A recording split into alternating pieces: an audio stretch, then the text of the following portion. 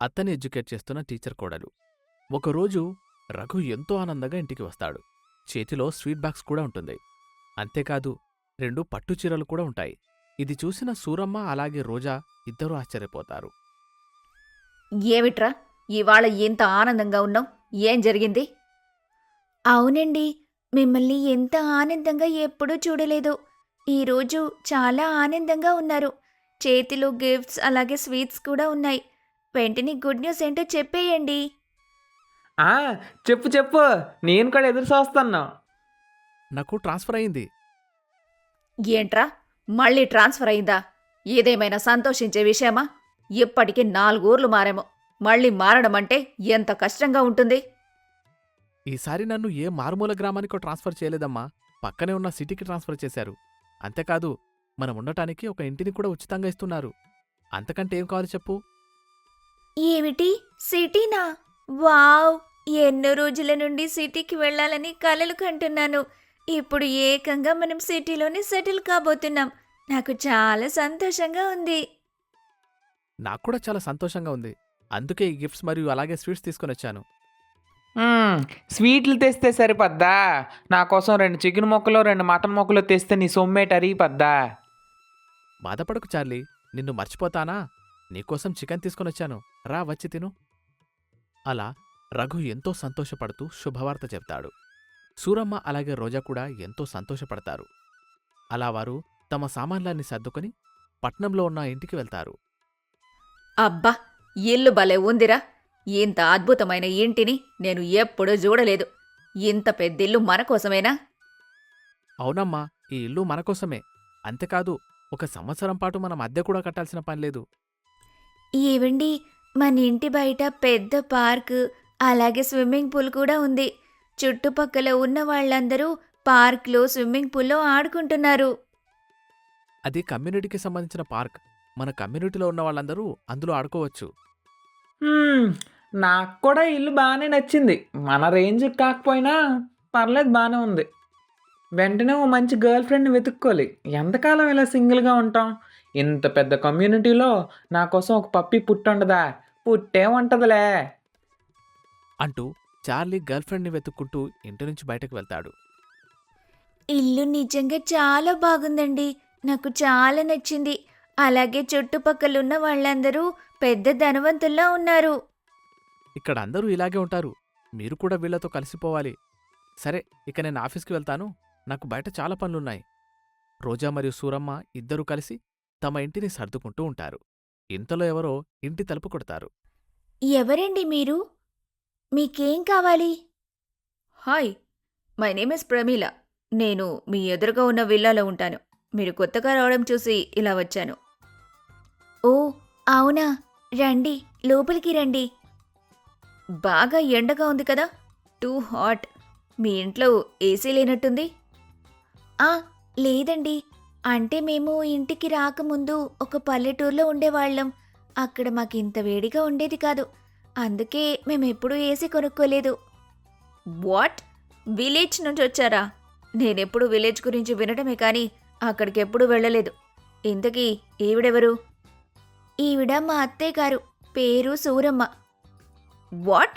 శోదమ్మ? అయ్యో కాదండి, సూరమ్మ. అత్తయ్య, ఈవిడ ప్రమీల గారు, మన ఎదురింట్లో ఉంటారు. అంటూ రోజా కాస్త సూరమ్మ చెవి వద్దకు వెళ్ళి ఇలా చెప్తుంది. చూడండి అత్తయ్య, ఏదైనా ఇంగ్లీష్లో మాట్లాడండి. అప్పుడు వీళ్ళు మనకు మర్యాదిస్తారు. ఓ, అవునా? హాయ్ ఆంటీ, ఎలా ఉన్నారు? ఏంటి, ఆంటీయా? నేను మీ కళ్ళకు ఆంటీలా కనిపిస్తున్నానా? రోజా, వాట్ ఇస్ దిస్? అయ్యో, ఏంటత్తయ్య గారు మీరు ఆవిడ్ని ఆంటీ అంటున్నారు? నువ్వే కదా ఇంగ్లీష్లో మాట్లాడమన్నావు, అందుకే ఆంటీ అన్నాను. అయ్యో, మా అత్తయ్య గారు ఆంటీ అనలేదండి, ఏంటి అంటున్నారు అంతే. ఇంతకీ మీరెందుకొచ్చారో చెప్పనే లేదు. ఓ, ఏంటి అంటున్నారా? నిజానికి నేనిక్కడికి ఎందుకొచ్చానంటే, రాత్రి మా ఇంట్లో పార్టీ జరగబోతుంది. కమ్యూనిటీలో ఉన్న ఆడవాళ్లందరూ పార్టీకి రాబోతున్నారు. మీరు కూడా వస్తే ఎంతో బాగుంటుంది.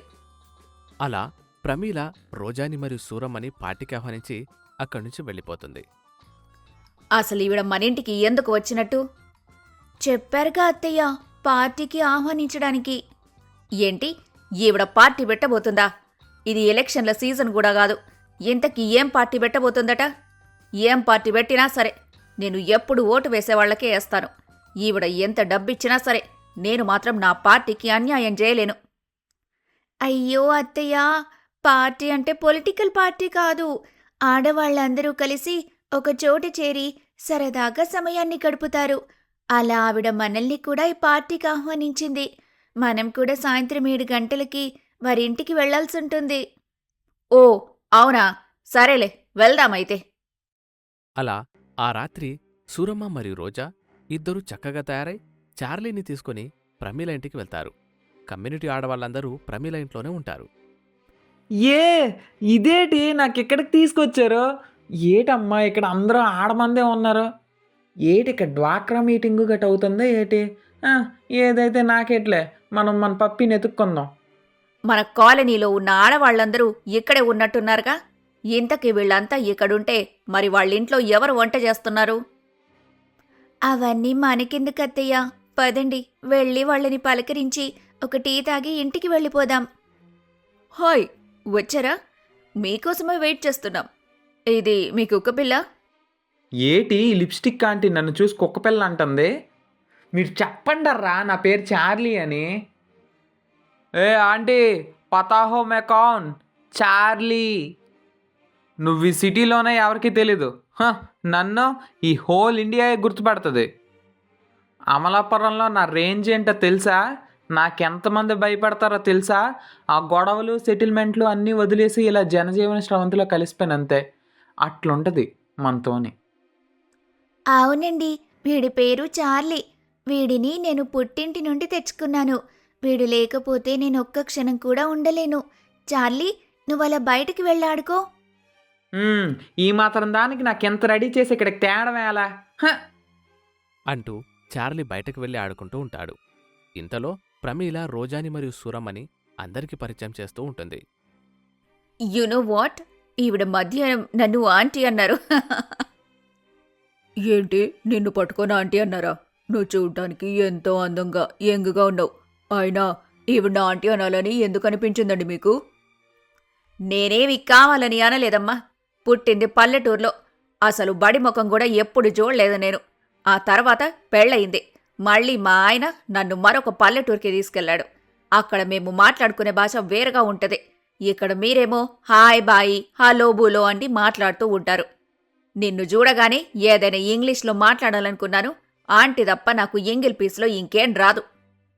అలా సూరమ్మ మాట్లాడడంతో అక్కడున్న వాళ్ళందరూ గట్టిగా నవ్వుతారు. చూసారా, ఈవిడకి ఏమీ రాదు. ఈవిడ్ని ఎందుకే ఇక్కడికి పిలిచాను. ఈమె మాట్లాడుతుంటే నవ్వొస్తుంది. Uneducated lady. అవును ప్రమీల, నువ్వు చెప్పింది నిజమే. ఇవాళ ఈవిడ మాటలు చూసి ఎంతగానో నవ్వుకున్నాను నేను. ఈమెకసలు ఏమీ వచ్చినట్టు లేదు.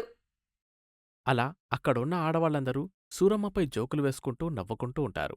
ఇదంతా చూసిన రోజాకి చాలా కోపం వస్తుంది. మీరు నవ్వడం కాస్త ఆపుతారా?